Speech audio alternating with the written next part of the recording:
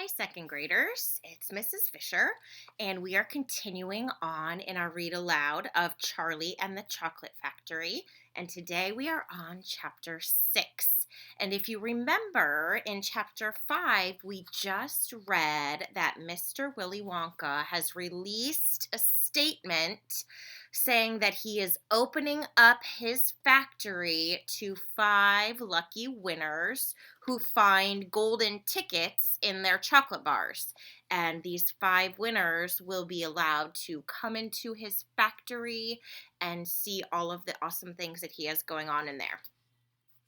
And so, chapter 6 is called The First Two Finders. The very next day, the first golden ticket was found. The finder was a boy called Augustus Gloop, and Mr. Bucket's evening newspaper carried a large picture of him on the front page. The picture showed a 9-year-old boy who was so enormously fat, he looked as though he had been blown up with a powerful pump. Great flabby folds of fat bulged out from every part of his body, and his face was like a monstrous ball of dough with 2 small, greedy, curranty eyes peering out upon the world. The town in which Augustus Gloop lived, the newspaper said, had gone wild with excitement over their hero. Flags were flying from all the windows. Children had been given a holiday from school, and a parade was being organized in honor of the famous youth. "I just knew Augustus would find a golden ticket," his mother had told the newspapermen. "He eats so many candy bars a day that it was almost impossible for him not to find one. Eating is his hobby, you know. That's all he's interested in. But still, that's better than being a hooligan and shooting off zip guns and things like that in his spare time, isn't it? And what I always say is, he wouldn't go on eating like he does unless he needed nourishment, would he? It's all vitamins anyway. What a thrill it will be for him to visit Mr. Wonka's marvelous factory. We're just as proud as can be." And there's the picture of her and Augustus. "What a revolting woman." Oh, I read that wrong. Excuse me. "What a revolting woman," said Grandma Josephine. "And what a repulsive boy," said Grandma Georgina. "Only 4 golden tickets left," said Grandpa George. "I wonder who'll get those." And now the whole country, indeed the whole world, seemed suddenly to be caught up in a mad candy buying spree. Everybody searching frantically for those precious remaining tickets.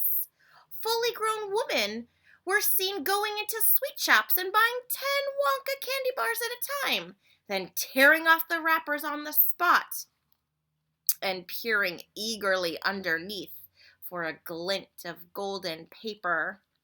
Children were taking hammers and smashing their piggy banks and running out to the shops with handfuls of money.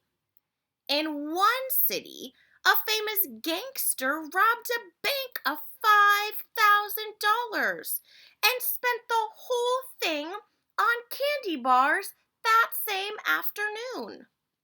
And when the police entered his house to arrest him, they found him sitting on the floor amidst mountains of candy, ripping off the wrappers with the blade of a long dagger. Can you imagine how people are just going crazy over this? In far-off Russia, a woman called Charlotte Roos claimed to have found the second ticket, but it turned out to be a clever fake.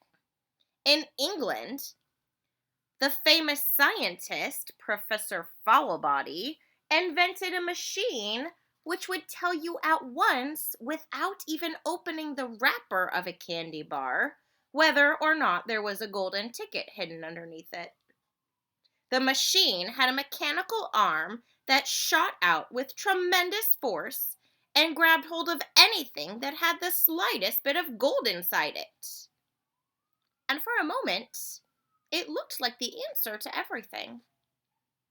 But, unfortunately, while the professor was showing off the machine to the public at the candy counter of a large department store, the mechanical arm shot out and made a grab for the gold filling in the back tooth of a duchess who was standing nearby.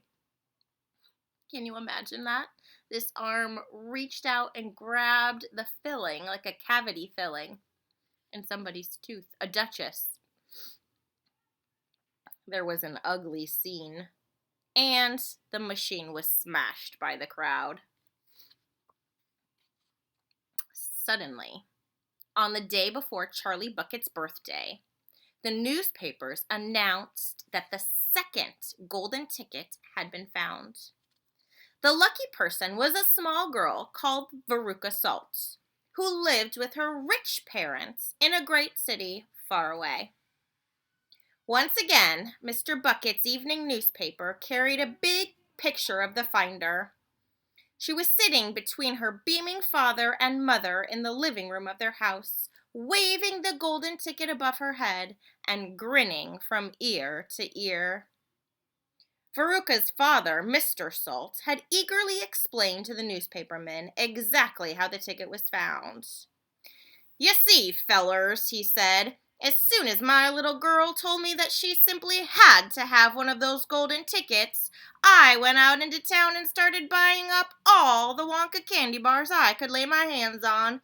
Thousands of them I must have bought, hundreds of thousands. Then I had them loaded onto trucks and sent directly to my own factory. I'm in the peanut business, you see, and I've got about 100 women working for me over at my joint, shelling peanuts for roasting and salting. That's what they do all day long, those women. They sit there shelling peanuts. So I says to them, 'Okay, girls,' I says, 'from now on, you can stop shelling peanuts and start shelling the wrappers off these crazy candy bars instead.' And they did. I had every worker in the place yanking the paper off those bars of chocolate full speed ahead from morning till night. But 3 days went by and we had no luck. Oh, it was terrible. My little Veruca got more and more upset each day. And every time I went home, she would scream at me, 'Where's my golden ticket? I want my golden ticket!' And she would lie for hours on the floor, kicking and yelling in the most disturbing way. Well, sir, I just hated to see my little girl feeling unhappy like that, so I vowed I would keep up the search until I got her what she wanted." What do you think about that, how she's acting? She's demanding that she wants a golden ticket, and she's laying on the floor for hours, kicking and yelling. What would you say about her? What kind of person is she? Then, suddenly, on the evening of the 4th day, one of my women workers yelled, "I've got it! A golden ticket!" And I said, "Give it to me quick!" And she did, and I rushed it home and gave it to my darling Veruca. And now she's all smiles, and we have a happy home once again. There's the second one.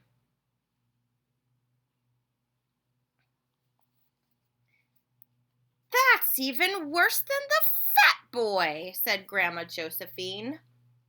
"She needs a real good spanking," said Grandma Georgina.